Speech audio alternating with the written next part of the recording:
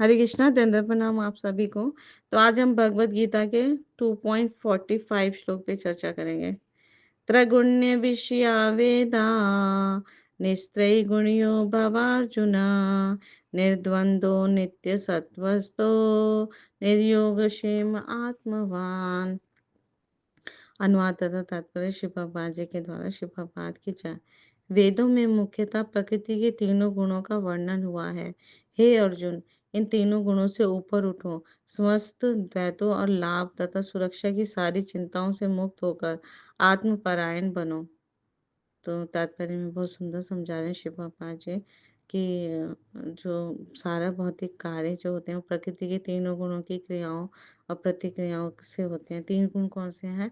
सत्वगुण, रजोगुण और तमोगुण। तो इनका उद्देश्य कर्मफल होता है और भौतिक जगत में बंधन का ये कारण होते हैं, ये तीन गुण। तो वेदों में बताया गया मुख्यतः कि सकाम कर्म हमें करना है, जिससे सामान्य जन जो है ना, कोई भी व्यक्ति धीरे धीरे इंद्र तृप्ति के धरातल से उठकर आध्यात्मिक धरातल पर पहुंचे, है ना। भौतिक जीवन से वो ऊब कर वो है ना, जितना भी भौतिक वो भोग कर फिर वो आध्यात्मिक धरातल पर आए, ऐसे निर्देश दिए गए हैं। तो भगवान श्री कृष्ण अपने शिष्य और मित्र को अर्जुन को सलाह देते हैं कि वेदांत दर्शन के आध्यात्मिक पथ पर ऊपर उठ जाओ, जिसका प्रारंभ होता है अथातो ब्रह्म जिज्ञासा, अथवा परम आध्यात्मिकता पर प्रश्न से होता है। जब हम ये सोचते हैं कि मैं कौन हूँ, भगवान कौन है, मेरा उनसे क्या संबंध है, मैं क्यों आया इस जगत में, क्या इस जीवन में मुझे क्या मेरा लक्ष्य है। तो ऐसे क्वेश्चन जो जब व्यक्ति के हृदय में या मन में स्फुरित होते हैं, तो इसका मतलब वो ब्रह्म जिज्ञासा करता है। तो इन प्रश्नों का उत्तर उसे साधुगुरु शास्त्र से मिलते हैं कि मैं ये शरीर नहीं हूँ, मैं आत्मा हूँ और भगवान परमात्मा श्री कृष्ण, मैं उनका अंश हूँ और भगवान से मेरा शाश्वत संबंध है। अगर मैं उनकी सेवा में संलग्न होऊंगा, है ना, तो मैं अपने जीवन का परम लक्ष्य प्राप्त करूंगा और परम सुख की प्राप्ति हो पाएगी मुझे। तो ये धीरे धीरे जब वो समझेगा, भक्तों का संग करके, शास्त्रों का अध्ययन करके, तो उसका जीवन धन्य बन जाएगा।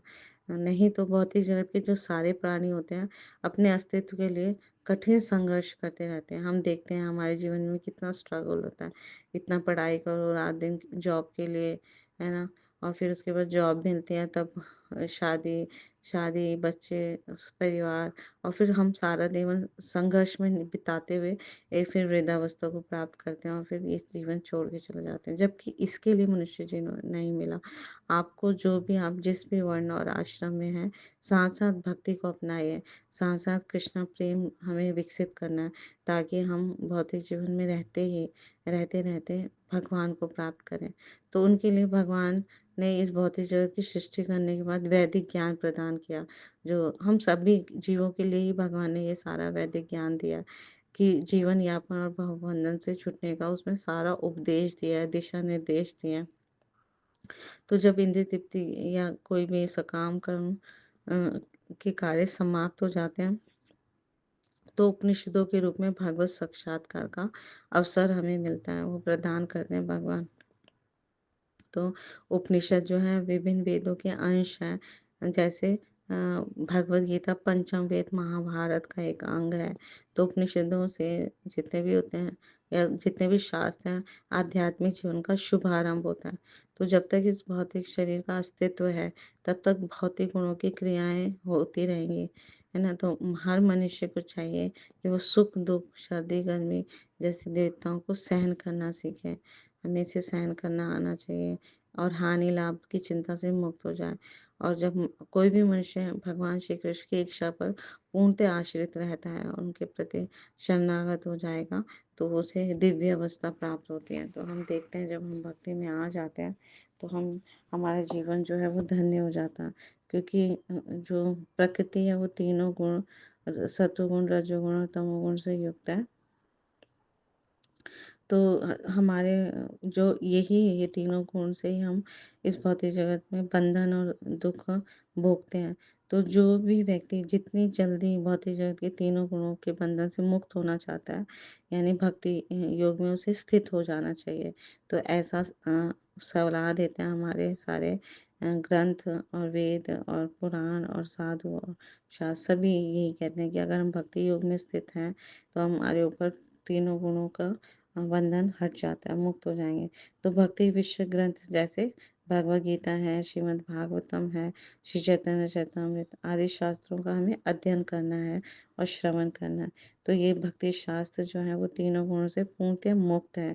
तो क्योंकि विषय सुख भोगते रहने से मनुष्य इस भौतिक जीवन में और कामना करता है रहने की, तो इस कामनाओं की पूर्ति के लिए उसे दोबारा इस भौतिक जगत में आना पड़ता है। बार बार आता है जाता है, आता है जाता है, तो ऐसे एक अनंत चक्र में वो फंस जाता है।